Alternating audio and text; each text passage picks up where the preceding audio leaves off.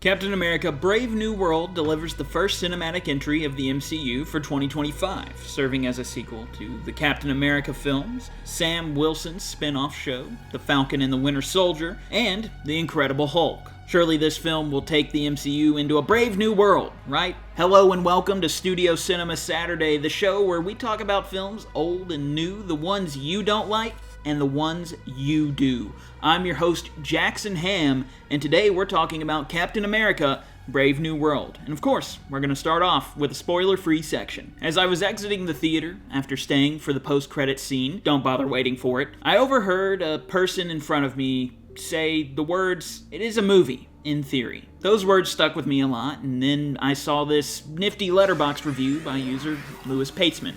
That is also a great summation of this film. I went into this with low expectations, given that the film had a rocky production history rife with delays, reshoots, and rewrites. You see, almost every MCU film has reshoots built into the production schedule, and it's been built that way since basically the start of Marvel Studios. The built-in reshoot period allows Marvel to essentially expand, redo, or alter things after reviewing what they had already filmed, allowing them to change a scene, add more of an element they think works, or reduce an element they think doesn't. This film went beyond that, undergoing extensive reshoots in 2024 that would last about 5 or 6 months. I had been thinking this film would be bad from the moment I heard just how extensively it was being reshuffled. Other films like the 2017 Justice League came to mind, and while this is nowhere near as bad as that film,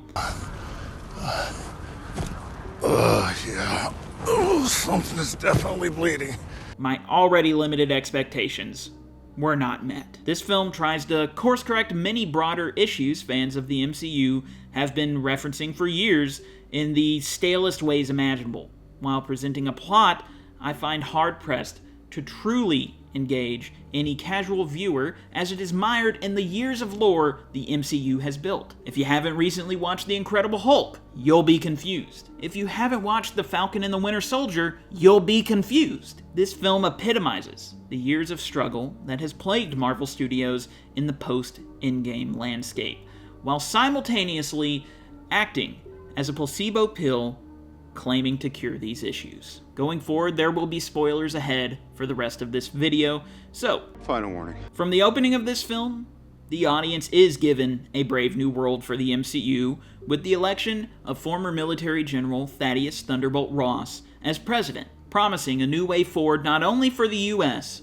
but the world. With this, we are given the narrative frame that a key struggle in this film will be the working relationship between Sam Wilson's Captain America and Ross as president. Seeing as the two have been on opposite sides of political issues concerning superheroes in the past, it makes for a interesting concept. After the opening, we get an action scene that sets Sam on his path to find a mysterious conspiracy within the US government, very similar to a prior Captain America film subtitled The Winter Soldier. After an attempt on Ross's life, Sam Wilson takes matters into his own hands and seeks to find the culprit and exonerate his friend and mentor, Isaiah Bradley. From here, the rest of the plot unfolds with elements of each subplot very poorly tied into one another. Things merely happen, and while some of it is explained, not all of it even truly feels right. At times, like it is moving from one scene to the next, theoretically, as a film should. Throughout, interesting ideas and concepts are being presented,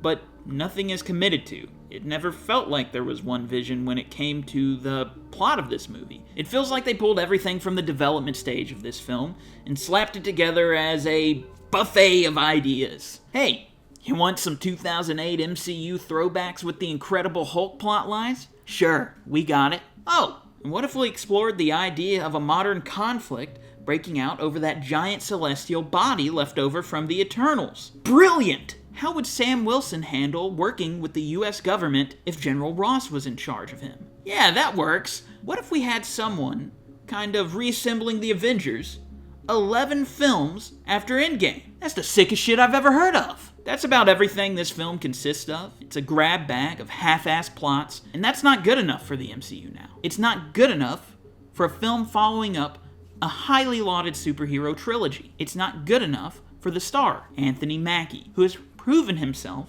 throughout the MCU to have star power. That when he gets a solo film, it's a whole lot of below-mid material working against him. It's a personal struggle of Sam's character in this film too, oddly enough. To match the internal struggle of our character, the film decided to not be good enough. Amazing! 12 billion more to Feige and Disney. Last year, we received the widely loved MCU entry Deadpool and Wolverine, a sort of divergence from the main MCU we were so used to following. You can even check out our episode of Studio Cinema Saturday that we dedicated to it, where we gave it a solid 8.5 out of 10 across the board. Many fans rated that film just as high or higher, and a lot celebrated the MCU's return to the status as the GOAT of comic book films. I thought that while Deadpool and Wolverine is a nice detour from the rotunda of what had become the onslaught of mid-CU content, we had to return to it at some point. We don't just snap and everything goes back to the way it should have been. The MCU has to put in the work, and the soulless, directionless theory of a film that is Captain America: Brave New World does not get us closer.